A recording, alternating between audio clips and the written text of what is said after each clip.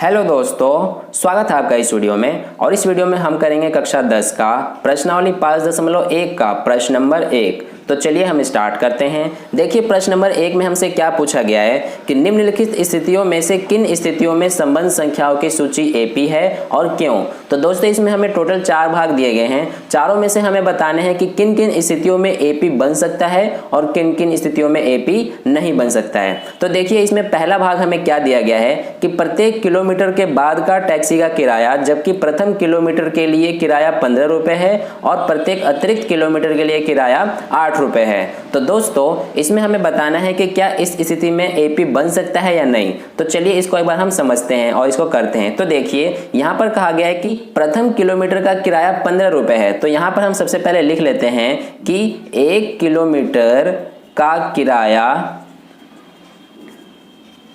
हमें कितना दिया गया है यहाँ पर 15 रुपए, और इसके बाद जितना भी दूरी चला जाता है उसमें +8 ऐड होते जाता है। तो यहाँ पर देखिए दूसरे किलोमीटर का अगर हम किराया लिखें तो क्या होगा कि यहाँ पे 15 में यानी कि पहले किलोमीटर के किराए में 8 प्लस हो जाएगा, यानी ये कितना हो जाएगा 23। इसको हम कह लेते हैं A1 और इसको कह लेते हैं A2। ठीक है, तो इस तरह से ये हमारा हुआ।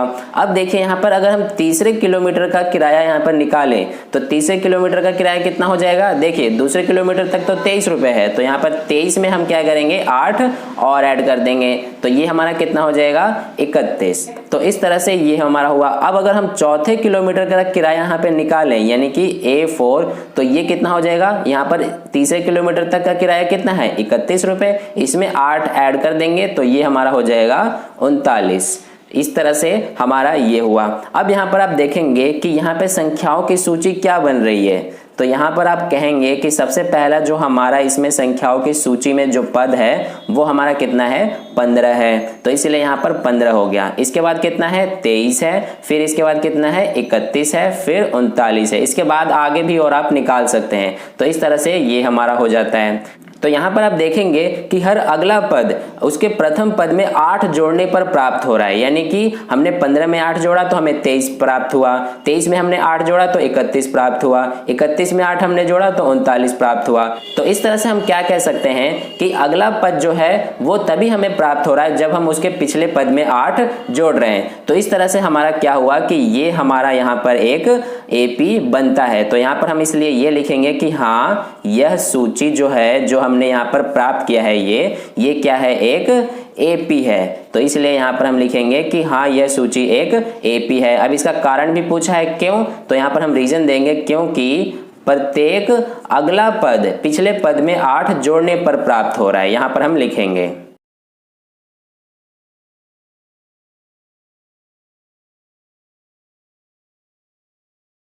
ठीक है दोस्तों, तो इस तरह से जो है हमारा ये इसका पहला भाग हल हुआ। अब वीडियो को आप पॉज करके इसको नोट कर सकते हैं। अब हम इसका दूसरा भाग करते हैं। तो दोस्तों दूसरे भाग में हमें क्या कहा गया है कि किसी बेलन में उपस्थित हवा की मात्रा जबकि वायु निकालने वाला पंप प्रत्येक बार बेलन की शेष हवा का 1/4 भाग बाहर निकाल लेता है। तो यहाँ पर हमें बताना है कि क्या इस स्थिति में एक एपी बन सकता है या नहीं। तो यहाँ पर हम सबसे पहले इसको लिखते हैं कि देखिए जैसे यहाँ पर हम मान लेते हैं कि माना यहाँ पर बेलन में हमें नहीं पता है कि कितनी हवा है, तो इसलिए यहाँ पर हम मान लेते हैं कि माना बेलन में कुल हवा, तो उसको हम दे देते हैं A1 का नाम। इसको हमें नहीं दिया गया है तो इसको हम V मान लेते हैं। ठीक है, तो इस तरह से हमारा V हुआ। अब देखिए कहा गया है कि प्रत्येक बार 1/4 भाग निकाल लिया जाता है। तो यहाँ पर हम लिख देते हैं कि पहली बार 1/4 भाग हवा निकालने के बाद शेष हवा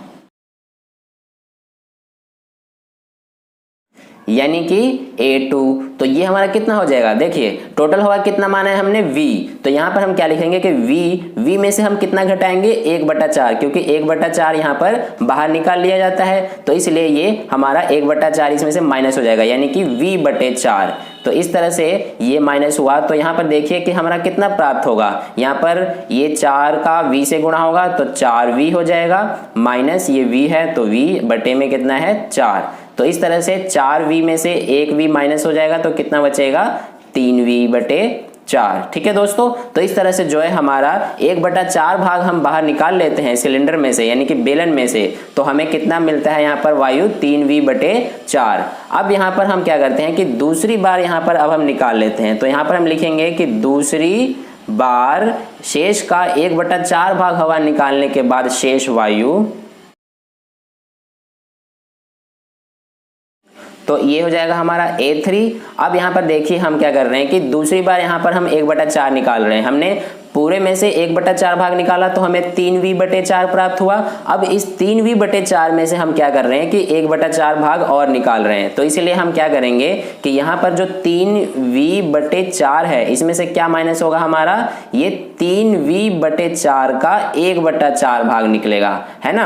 क्योंकि देखिए इसको जरा समझिए ध्यान से कि हमें जो टोटल यहाँ पर वायु बचा है 1/4 भाग निकालने के बाद, वो हमें इतना भाग बचा हुआ है यानी 3v/4। अब 3v/4 में से हम क्या माइनस कर रहे हैं, 1/4 किसका, 3v/4 का। तो इसलिए यहाँ पर हम माइनस कर रहे हैं 3v/4 का 1/4 भाग। तो इसलिए यहाँ पर देखिए कि हमें कितना प्राप्त होगा कि यहाँ पे ये 3v/4 सेम हुआ और ये 3v का 1 से गुणा होगा तो यहाँ पर कितना आएगा, 3v/4 का 4 से गुणा होगा 16।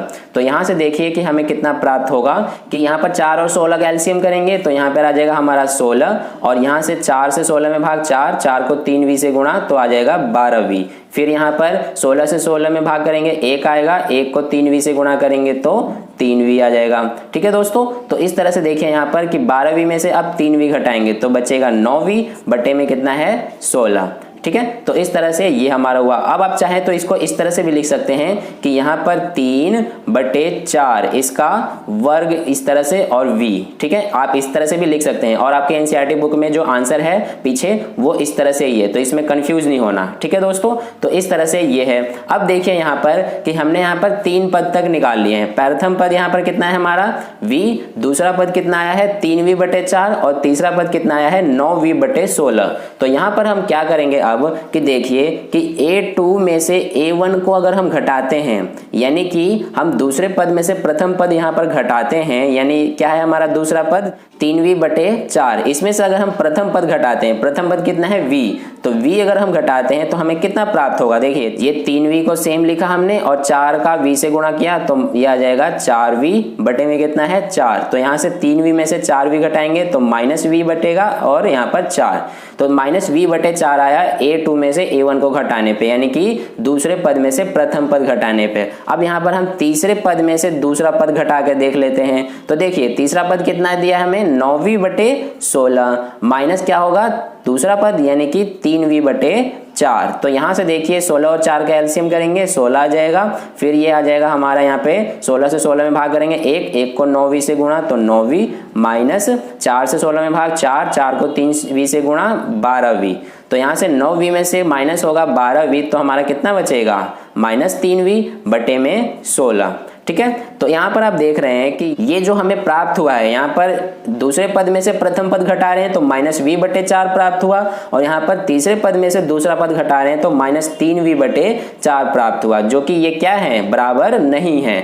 तो इसलिए यहाँ पर हमारा क्या हम लिखेंगे आंसर में कि संख्याओं की जो हमें सूची प्राप्त हो रही है, यहाँ पर संख्याओं की सूची हमें क्या प्राप्त हो रही है। देखिए सबसे पहला प्रथम पद क्या है v, इसके बाद दूसरा पद क्या है 3v/4, तो यहाँ पर 3v/4 लिखेंगे। फिर तीसरा पद क्या प्राप्त हो रहा है 9v/16। आप यहाँ पे 9v/16 के बदले में 3v/4 का स्क्वायर v भी लिख सकते हैं। इस तरह से यहाँ पर आगे हमारा चलता जाएगा। तो यहाँ पर अब हम क्या कह सकते हैं कि यहाँ पे संख्याओं की जो हमें सूची प्राप्त हुई है, इससे यह जो सूची है ये हमारा एक AP नहीं है। तो यहाँ पर हम लिखेंगे यह सूची AP नहीं है। अब क्यों नहीं है इसका कारण भी हम बता देते हैं, क्योंकि यहाँ पर देखिए कि A2 - A1, यहाँ A2 - A1 और A3 - A2 ये क्या है इक्वल नहीं है, बराबर नहीं है। जैसे कि आप देख सकते हैं यहाँ पर -v/4 आ रहा है और यहाँ पे -3v/16 आ रहा है, जो कि बराबर नहीं है। तो इसलिए यहाँ पर जो हमारा दूसरा भाग है इस प्रश्न का, उसमें जो सूची बन रही है वो हमारी AP नहीं है। तो ये हमारा हो जाता है इसका दूसरे भाग का हल। अब आप इसको नोट कर सकते हैं। अब चलिए हम इसका तीसरा भाग हल करते हैं। तो दोस्तों तीसरे भाग में हमें क्या दिया गया है कि प्रत्येक मीटर की खुदाई के बाद एक कुआं खोदने में आई लागत, जबकि प्रथम मीटर खुदाई की लागत 150 रुपए है और बाद में प्रत्येक मीटर खुदाई की लागत 50 रुपए बढ़ती जाती है। तो इस तरह से हमें बताना है कि क्या इस सूची में एपी बन पाना संभव है या नहीं है। तो चलिए इसको अब हम करते हैं। तो देखिए यहाँ पर हमें क्या दिया गया है कि प्रथम मीटर खुदाई की लागत जो है वो हमारा 150 रुपए आता है और इसके बाद जितना खुदाई होता है उसमें 50 रुपए ऐड होते जाते हैं। तो यहाँ पर हम लिखेंगे कि पहले मीटर की खुदाई की लागत, तो दोस्तों यानी कि इसको हम दे देते हैं A1, ठीक है। तो यहाँ पर कितना हमें दिया गया है 150 रुपए प्रथम मीटर खुदाई की लागत। अब देखिए यहाँ पर अगर हम दूसरे मीटर खुदाई की लागत अगर लिखें तो दूसरे मीटर की खुदाई की लागत कितनी हो जाएगी, यानी कि A2 हमारा कितना हो जाएगा, जो हमारा प्रथम मीटर का खुदाई की लागत आया है यानी 150, उसमें क्या होगा 50 ऐड हो जाएगा, तो कितना हो जाएगा ये 200। सेम ऐसे ही अगर हम तीसरे मीटर के खुदाई की लागत अगर लिखें तो तीसरे मीटर के खुदाई की लागत कितनी हो जाएगी, यानी A3, ये हमारा हो जाएगा 200 प्लस 50, तो ये हमारा हो जाएगा 250, ठीक है। तो इस तरह से ये हो। अब यहाँ पर अगर हम चौथे मीटर के खुदाई की लागत अगर लिखें तो चौथे मीटर के खुदाई की लागत कितनी हो जाएगी, ये हमारी हो जाएगी 250 प्लस 50 यानी 300। तो यहाँ पर ये हमारे पद आए हैं। अब देखिए यहाँ पर जो यहाँ हमें संख्याओं की सूची प्राप्त होगी, तो संख्याओं की हमें कौन सी सूची प्राप्त होगी, यहाँ पर हम वो लिख लेते हैं। तो देखिए संख्याओं की सूची में हमें क्या प्राप्त होगा, सबसे प्रथम पद क्या है 150, उसके बाद क्या है 200, उसके बाद क्या है 250 और फिर 300 और इस तरह से आगे भी। तो यहाँ पर आप देख रहे हैं कि इसमें हर अगला पद उसके प्रथम पद में 50 जोड़ने पर प्राप्त हो रहा है, यानी कि इसमें हम कह सकते हैं कि यह सूची जो है हमारा ये एपी है। तो यहाँ पर हम लिखेंगे कि यह सूची एक एपी है, तो यहाँ पर ये हो जाएगा। अब इसका हम कारण दे देते हैं क्यों है ये एपी, क्योंकि इसमें प्रत्येक अगला पद पिछले पद में 50 जोड़ने पर प्राप्त होता है।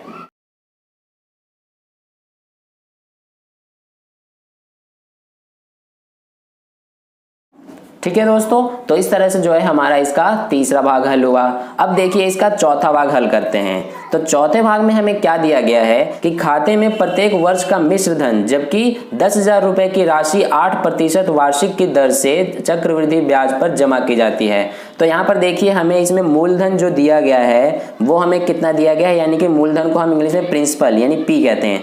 तो ये हमें कितना दिया गया है 10,000 रुपए। इसके अलावा आप देखेंगे कि इसमें हमें जो दर दिया गया है यानी कि रेट यानी R, वो हमें दिया गया है 8% वार्षिक दर से, ठीक है। और इस तरह से है। अब यहाँ पर हमें कहा गया है कि मिश्र धन, तो यहाँ पर दोस्तों मिश्र धन जो निकाला जाता है, मिश्र धन निकालने का जो हमारा फॉर्मूला होता है वो होता है प्रिंसिपल यानी कि P गुणा 1 प्लस R बटे 100 और यहाँ पर ये टाइम यानी कि समय। तो ये जो होता है ये हमारा मिश्र धन निकालने का फॉर्मूला होता है। अब यहाँ पर हम करते हैं इसको। तो देखिए पहले वर्ष का मिश्र धन अगर हम निकालें तो यहाँ पर हम लिखेंगे कि पहले वर्ष का मिश्र धन, तो वो हमारा कितना हो जाएगा वो देखिए हम निकालते हैं, यानी कि इसको A1 कह देते हैं। तो ये हमारा कितना हो जाएगा P यानी कि 10,000 है ये प्रिंसिपल हमारा, गुणा ये आ जाएगा 1 प्लस रेट कितना है 8 बटे में क्या है 100 और यहाँ पर टाइम है हमारा 1 वर्ष का है, तो इसीलिए यहाँ पर हम लिखेंगे 1। तो यहाँ से देखिए इसको अब हम सॉल्व कर देते हैं। तो ये आ जाएगा 10,000 और यहाँ पर गुणा, और देखिए यहाँ पर 100 का 1 से गुणा होगा, 100 एकम 100 और फिर इसमें प्लस 8 ऐड हो जाएगा तो 108 हो जाएगा, बटे में कितना आ जाएगा ये 100, ठीक है। तो इस तरह से यहाँ पर देखिए 2 जीरो से 2 जीरो कट जाएगा। अब 100 का 108 से गुणा होगा तो हमारा आ जाएगा यहाँ पर 10,800 रुपए, यानी कि प्रथम वर्ष का जो मिश्र धन है वो हमारा 10,800 रुपए आया। अब देखिए यहाँ पर हम निकालते हैं दूसरे वर्ष का मिश्र धन। तो यहाँ पर हम लिखेंगे कि दूसरे वर्ष का मिश्र धन यानी कि A2 जो है वो हमारा कितना हो जाएगा, देखिए 10,000 और यहाँ पर 1 प्लस 8 बटे 100 और यहाँ पर हो जाएगा, हम ये दूसरे वर्ष का निकाल रहे हैं तो इसीलिए टाइम हो जाएगा 2 वर्ष, ठीक है। तो यहाँ से अब निकालते हैं इसको हम, देखिए 10,000 ये हो गया गुणा यहाँ पर, अब ये 100 का 1 से गुणा 100 एकम 100 प्लस 8 तो 108 बटे 100। अब यहाँ पर स्क्वायर है यानी कि 2 बार यही होगा 108 बटे 100। तो यहाँ से आप अगर इसको आप हल करेंगे यानी कि इसको आप सॉल्व करेंगे तो ये आपका आंसर आएगा 11,600 40 रुपए। ठीक है दोस्तों, तो इस तरह से जो है हमारा दूसरे वर्ष का मिश्र धन 11,640 रुपए आया। अब यहाँ पर हम तीसरे वर्ष का निकालते हैं मिश्र धन। तो देखिए तीसरे वर्ष का मिश्र धन जो है वो हमारा कितना आ जाएगा, तो वो देखिए यहाँ पर हम निकाल लेते हैं 10,000 और यहाँ पर 1 प्लस 8/100 और यहाँ पर तीसरे वर्ष का है इसीलिए टाइम हो जाएगा 3 वर्ष। तो देखिए यहाँ से इसको आप निकालें तो ये देखिए कितना आ जाएगा, ये हो जाएगा हमारा 10,000 गुणा ये देखिए 3 वर्ष है तो इसीलिए जो ये 108/100 है ये हमारा 3 बार लिखा जाएगा। तो 108/100, यहाँ से भी 108/100 और यहाँ से भी 108/100। तो ये देखिए अब इसको अगर आप सॉल्व करें इसको तो ये आपका आंसर कितना आ जाएगा 12,571.20 रुपए। ठीक है दोस्तों, तो इस तरह से जो है हमारा ये तीसरे वर्ष का मिश्र धन आ गया। अब यहाँ पर आप क्या देखेंगे कि सूची में जो हमारा ये प्रथम पद हो जाएगा, ये हो जाएगा दूसरा पद और ये हो जाएगा तीसरा पद। तो यहाँ से अब हम देखते हैं कि A2 यानी कि दूसरे पद में से हम प्रथम पद को घटा के देखते हैं कि कितना आता है। यानी कि दूसरा पद कितना है 11,640, इसमें से हम प्रथम पद घटा रहे हैं 10,800, तो ये हमें कितना मिलेगा 840 रुपए। सेम ऐसे ही अब हम यहाँ से तीसरे पद में से दूसरा पद घटा लेते हैं। तो देखिए तीसरा पद कितना है 12,571.20 और दूसरा पद कितना है 11,640, तो ये हमें कितना प्राप्त होगा 931.20 रुपए।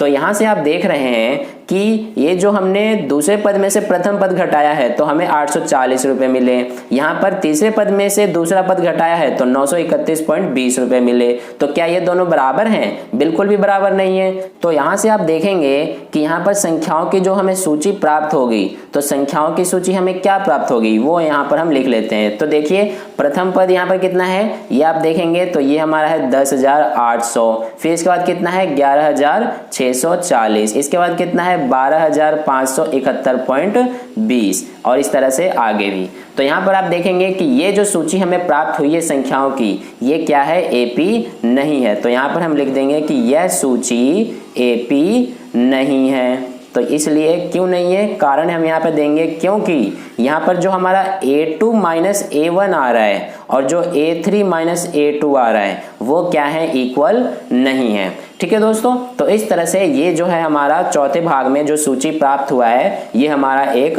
एपी नहीं है। तो इसी के साथ हमारा प्रश्न नंबर 1 का हल कंप्लीट होता है। आई होप आपको चारों भाग बहुत अच्छे से समझ में आए हो। अगर समझ में आया है तो इस वीडियो को लाइक कर देना और पहली बार वीडियो देख रहे हैं तो चैनल को सब्सक्राइब करके नोटिफिकेशन बेल आइकन प्रेस कर लीजिए ताकि नेक्स्ट वीडियो जब मैं नए प्रश्न का डालूं तो उसका नोटिफिकेशन सबसे पहले आपके फोन में पहुंचे। और कहीं पे भी कोई डाउट हो तो आप नीचे कमेंट करके मुझसे पूछ सकते हैं, मैं आपको समझाने की पूरी कोशिश करूंगा और अपने दोस्तों के साथ इस वीडियो को शेयर कर दें ताकि उन्हें भी इससे हेल्प हो। तो फिर मिलते हैं नेक्स्ट वीडियो में नए प्रश्नों के साथ, तब तक के लिए अपना ध्यान रखिए। Goodbye, take care.